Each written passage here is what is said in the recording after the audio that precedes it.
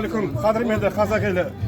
Астанада жатқан халқым шығып қой, көшпендіге жасап жатыр ұлы той. Тұңғыш рет көріп тұрсың сен оны, біздің қазақ осы мене танып қой. Қазақ осы ашық жарқын қабағы, қонақ кесе шабылып бір қалады. Байқада тұр сенде олар кетерде, ат мінгізіп жібек шапан жабады. Қазақ осы дала дейтін, күн дейтін, қазақ осы өнер алды тіл дейтін, қазақ осы қарасың ба, ақсың ба, қоңырсың ба, жатырқауды білмейтін, қазақ осы жайып жатқан қанатын, батыр халық, ақын халық данаты, халқым осы өзім сенген адамға, Насыбайға болат бөліп қалатын. Қошемет ағы қайнасындар.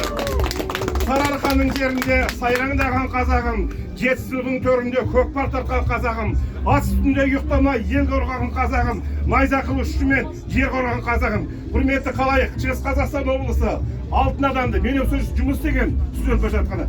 Мына алтын адам жақындап көрсетейін, тарихын айтып кеткен. Міне, шілікті жазығы.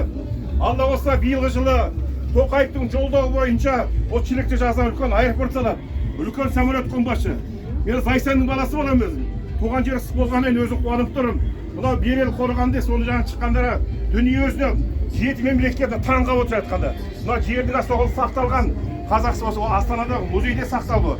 Бүйтіп қарасақ Қазақстанның байлығы осы жерде көрсеткен сияқты. Жетісуға жеген барған кезде кілемге Жетісу облысы жайып тастаған екен. Енді біздің Шығыс Қазақстан киелі күн шығыстан шығады дейді. Мына ой текеметтің бәрі Шығыс Қазақстан айтқан үлкен күні. Аман есен бай қуатты болайық ағайын. Көшпенді орайында қазақтар жеңсін. Олимпиада алмаған адамды Зайсанның қызы.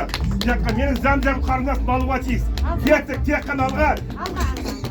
Жарайсың, Қазақстан ағайын.